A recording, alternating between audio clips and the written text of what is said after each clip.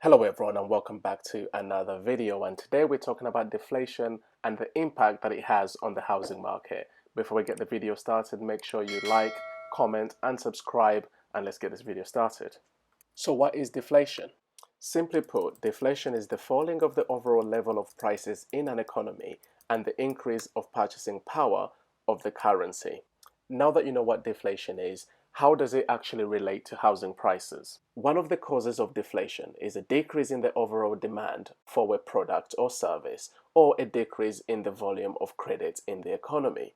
Well, the coronavirus pandemic has created just that. The uncertainty brought about by the coronavirus pandemic, meaning that some people have lost their jobs, others have had their salaries cut back, has led to more and more people saving money because that's what people do when something bad happens. The same can be seen in 2008 when the financial crisis happened. More and more people saved money. Savings and large-scale unemployment around the world means that there's less money going into the economy. Borrowing has also become more expensive, and this has led people to start thinking that the price of certain items such as housing or luxury products will start going down sometime soon. So even for those people who have the money to spend today are not spending that money because they think at some point the economy is going to be in their favor with the price of items going down. Ultimately, this all comes down to supply and demand. If there's a high supply and a low demand for an item, the item has to then be reduced in price in order to encourage people to start buying it. Okay, some people are going to say, well, there's not enough housing available anyway, so this is not going to impact it. I have to be clear that the problem has never been not enough housing being available. The problem has always been not enough affordable housing available to people. In major cities around the world, London, New York, Los Angeles, etc., the list goes on, the problem has always been too many people with investment income come in, buy the properties, and use them as an investment and not to live in.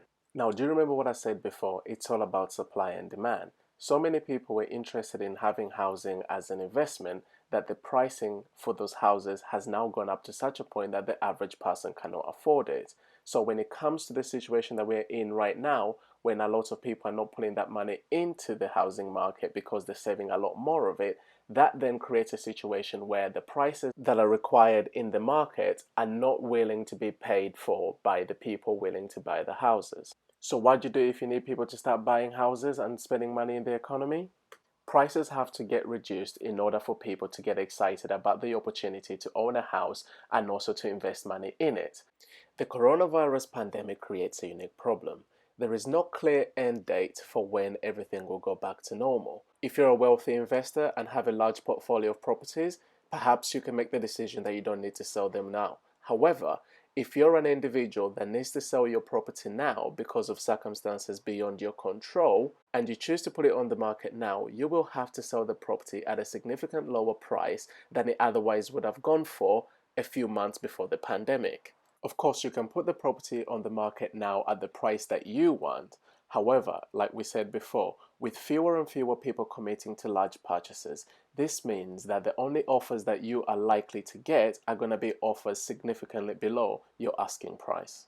Rightmove, which is the UK's largest online real estate portal, has suggested that house sales have dropped as much as 3%, and others such as Zoopla have suggested that the house sales have dropped as much as 15%. So deflation is bad if you're selling a house, but is deflation good if you're buying a house? If you happen to be someone who has some spare cash and you're looking for areas to invest in, investing during deflation into the housing market might actually be something positive for you. An inflation rate that is very low or negative, which leads to deflation, usually signifies a period of low interest rate. It is also usually concurrent with low interest rates on mortgage payments. Now, if you're someone that has some spare capital, this might be a good opportunity for you to, instead of having it in a savings account, which is not going to get much of an interest rate, you might then want to invest that money in real estate or the housing market, which you can hold for a long period of time, which at that point, the housing prices would have come back up again, and you would be in a position of actually making money on your initial investment. A low interest rate on mortgages also means that you get a much better deal for your month-to-month payments. When it comes to investments, you always have to think, what's the best place for my money at this moment, and what's the best place for my money within the next 5 to 10 year period. If you have a lot of cash sitting in a savings account that is making little to no interest, you might be better off putting your money into the housing market where you would stand to make more money over a longer period. As with most things, I would encourage you to go out there, do your research, make sure that you understand exactly what you're buying into if you're getting a new house, and also if you're thinking about selling your house, think about whether or not it's the right time. Would you be better off to hold off for another year or 2 years? Anyway, guys, I hope you enjoyed the video. Make sure you leave a like, subscribe to the channel for more videos like this, and I'll see you in the next one.